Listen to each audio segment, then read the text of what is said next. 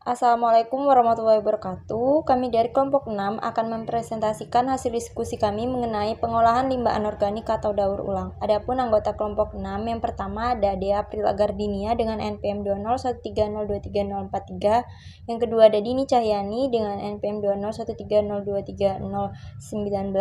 Kemudian yang ketiga ada Ega Dwi Anggraini dengan NPM 20130233055. Dan yang keempat ada Susi Sulastri Banurea dengan NPM 20130233047.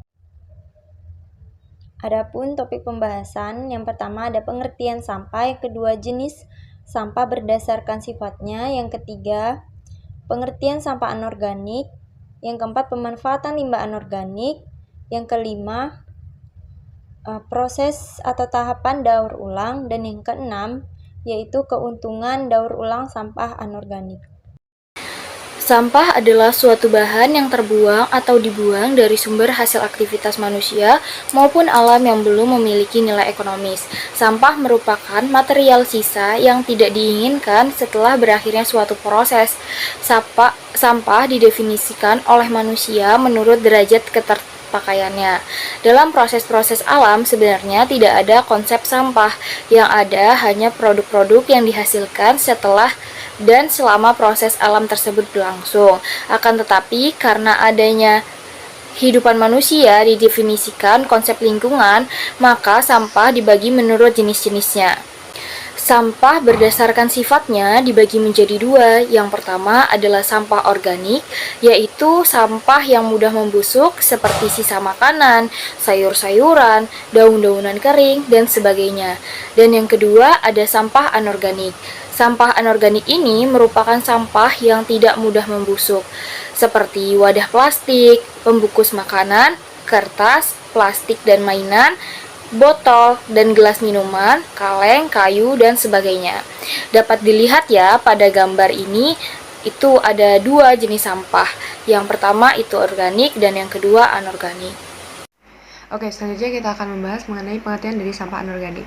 Nah, sampah anorganik ini merupakan jenis sampah yang tidak dapat diuraikan oleh mikroorganisme dalam tanah. Nah, sehingga proses penghancurannya itu sangat lama. Contohnya, sampah anorganik ini biasanya berasal dari sumber daya alam yang tak dapat diperbarui seperti mineral dan juga minyak bumi. Nah, namun ada juga beberapa yang tidak terdapat di alam seperti misalnya plastik dan juga aluminium. Nah, kan tadi kita sudah baca bahwa ada beberapa sampah anorganik yang dapat diuraikan, namun dia itu dapat diuraikan dalam waktu yang sangat lama. Contohnya ini misalnya seperti botol plastik, tas plastik, dan juga kaleng. Baik, selanjutnya kita akan membahas mengenai pemanfaatan limbah anorganik. Nah, limbah atau sampah tersebut itu merupakan bahan buangan sebagai dampak dari eksploitasi lingkungan oleh manusia untuk memenuhi kebutuhan hidupnya. Nah, dalam pemanfaatan limbah anorganik ini, kita harus membagi sampah-sampah tersebut menurut golongannya, yang terbagi menjadi 4, yaitu yang pertama ada human secreta, yaitu bahan buangan yang dikeluarkan dari dalam tubuh manusia dan hewan seperti keringat, feses, dan urin. Nah, kemudian ada sawage, di mana itu merupakan air limbah cair yang dibuang oleh industri atau rumah tangga seperti deterjen. Kemudian ada refuse, atau bahan sisa proses industri atau hasil sampingan kegiatan rumah tangga misalnya seperti plastik, logam, botol, kayu bangunan, nasi sayuran, nasi bekas, dan lain sebagainya. Kemudian ada yang terakhir yaitu industry waste, yang merupakan bahan bangunan dari sisa proses industri seperti zat pewarna, pelarut, limbah injeksi, dan lain sebagainya. Ya, kita ketahui bahwa sampah atau limbah itu kita hasilkan setiap harinya. Nah, biasanya kita membuang sampah itu begitu saja tanpa kita pilah-pilah. Mungkin hal ini dikarenakan kita tidak tahu atau mungkin juga tidak tahu bahwa sampah tersebut dapat kita pilah menjadi limbah organik dan organik yang dapat kita manfaatkan menjadi barang-barang yang berguna. Nah, salah satu pemanfaatan limbah anorganik adalah dengan cara proses daur ulang atau recycle, di mana daur ulang ini merupakan upaya untuk memperoleh barang atau benda yang sudah tidak terpakai agar dapat dipakai kembali. Nah, ada pun beberapa limbah anorganik yang dapat dimanfaatkan melalui proses daur ulang itu ada limbah plastik, gelas, logam, dan kertas. Nah, di sini yang pertama kita akan membahas limbah plastik. Limbah plastik biasanya digunakan sebagai pembungkus barang, kemudian plastik juga digunakan sebagai alat perabotan rumah tangga seperti ember, piring, gelas, dan lain sebagainya. Nah, ada pun keunggulan dari barang-barang ini itu terbuat dari plastik, itu dia tidak mudah berkarat dan tahan lama. Kemudian yang selanjutnya logam.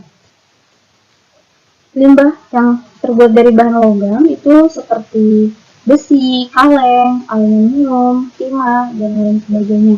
Nah, ini sering kita temukan di lingkungan sekitar kita.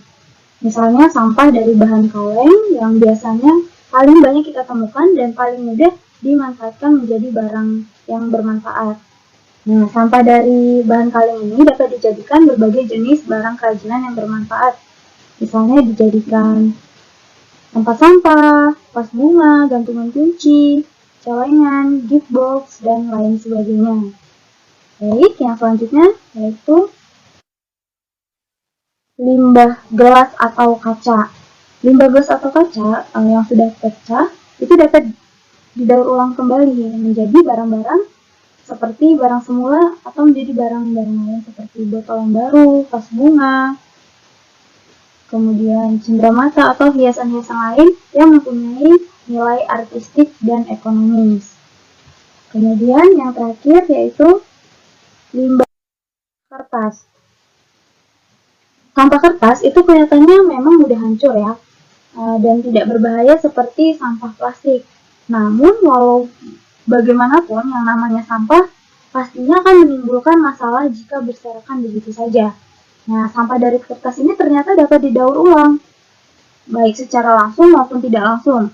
Jika secara langsung artinya kertas tersebut langsung dibuat kerajinan atau barang berguna lainnya, sedangkan jika secara tak langsung artinya kertas tersebut dapat dileburkan terlebih dahulu, misalnya menjadi bubur kertas, kemudian dibuat berbagai kerajinan.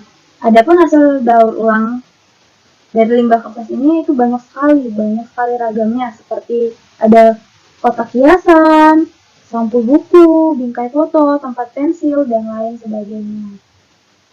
Baik, sekian dari saya kembalikan ke moderator. Baik, materi selanjutnya yaitu proses atau tahapan daur ulang.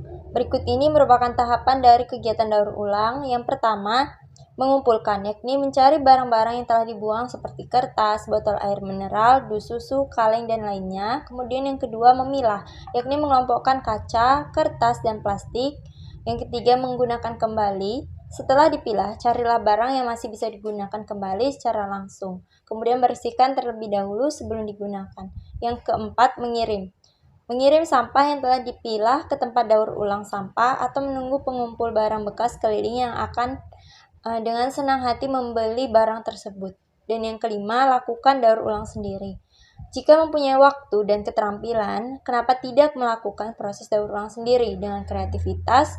Berbagai sampah yang telah terkumpul dan dipilah dapat disulap menjadi barang-barang yang baru yang bermanfaat. Selanjutnya yaitu keuntungan daur ulang sampah anorganik. Untuk pada aspek lingkungan, yang pertama penghematan sumber daya alam.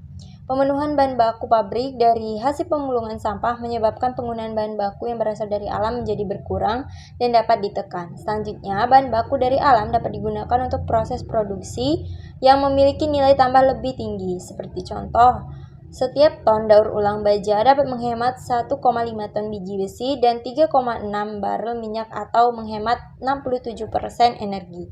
Yang kedua, pengurangan pencemaran lingkungan. Beberapa keunggulan daur ulang sampah anorganik yang berkaitan dengan penanggulangan dan pencemaran lingkungan antara lain adalah sebagai berikut, yaitu mendaur ulang 1 ton kertas koran akan menyelamatkan 17 pohon dan menggunakan kertas daur ulang dapat mengurangi 74% pencemaran udara, 34% pencemaran air, dan menghemat energi hingga 67%.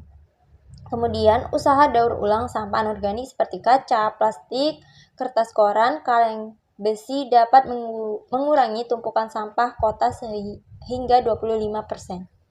Selanjutnya, aspek ekonomi. Yang pertama, menghemat biaya operasional pengelolaan sampah. Daur ulang sampah anorganik telah terbukti dapat mereduksi biaya pengangkutan dan pembuangan akhir. Sebagai contoh, di Bandung, laju daur ulang sampah anorganik di 38 TPS yang ada adalah sekitar 37.204 kilo per minggu atau 1.939.923 kilo per tahun. Biaya satuan pengangkutan dan pembuangan akhir untuk setiap ton sampah di Kota Bandung adalah sebesar 58.540 dan 17.700. Maka biaya pengelolaan sampah yang dapat dihemat bisa mencapai 147 juta setiap setahun. Bila diasumsikan laju daur ulang sampah anorganik meningkat sampai 20% dari total sampah anorganik yang masuk ke TPS, maka biaya yang dapat dihemat mencapai 379 juta per tahun. Yang kedua, menciptakan lapangan kerja hasil. Studi CPIS tahun 1988 menyebutkan bahwa seorang pemulung di Jakarta mampu mengumpulkan rata-rata 35 kilo sampah per hari. Apabila penyerapan pemulung terhadap total produksi sampah kota sebesar 25%, maka di Jakarta saja yang menghasilkan sekitar 6.000 ton sampah per hari mampu menciptakan lapangan kerja di sektor informal bagi kurang lebih 40.000 pemulung. Selain itu, kegiatan daur ulang sampah anorganik mampu menciptakan usaha bagi pelapak, bandar, dan pemasok dengan asumsi dasar bahwa seorang pelapak membeli dari 15,5% pemulung setiap harinya CPIS tahun 1988. Maka kegiatan daur ulang sampah mampu menciptakan usaha bagi sekitar 2.500 pelapak di Jakarta dan keuntungan bersih yang relatif cukup besar, yaitu Rp32.445 setiap hari. Yang ketiga, menyediakan bahan baku industri daur ulang. Sampah hasil penyortiran sampah oleh pemulung akhirnya akan disetorkan ke pabrik pengolahan bahan sampah sebagai bahan baku kelas 2. Sebagai contoh, di Indonesia terdapat 2 pabrik kertas berskala besar yang membutuhkan bahan baku dari sampah kertas sebesar 50 ton per hari, yaitu PT Gunung Jaya Agung, dan 1.000 ton per hari, yaitu PT Sinar Dunia Makmur. Sampah adalah suatu bahan yang terbuang atau dibuang dari sumber hasil aktivitas manusia maupun alam yang belum memiliki nilai ekonomis. Sampah merupakan material sisa yang tidak diinginkan setelah berakhirnya suatu proses. Sampah dapat didefinisikan oleh manusia menurut derajat keterpakaiannya. Dalam proses-proses alam sebenarnya tidak ada konsep sampah, yang ada hanya produk-produk yang dihasilkan setelah dan selama proses alam tersebut berlangsung. Baik, itulah tadi presentasi dari kelompok 6. Mohon maaf apabila masih terdapat banyak kesalahan. Saya akhiri. Wassalamualaikum warahmatullahi wabarakatuh.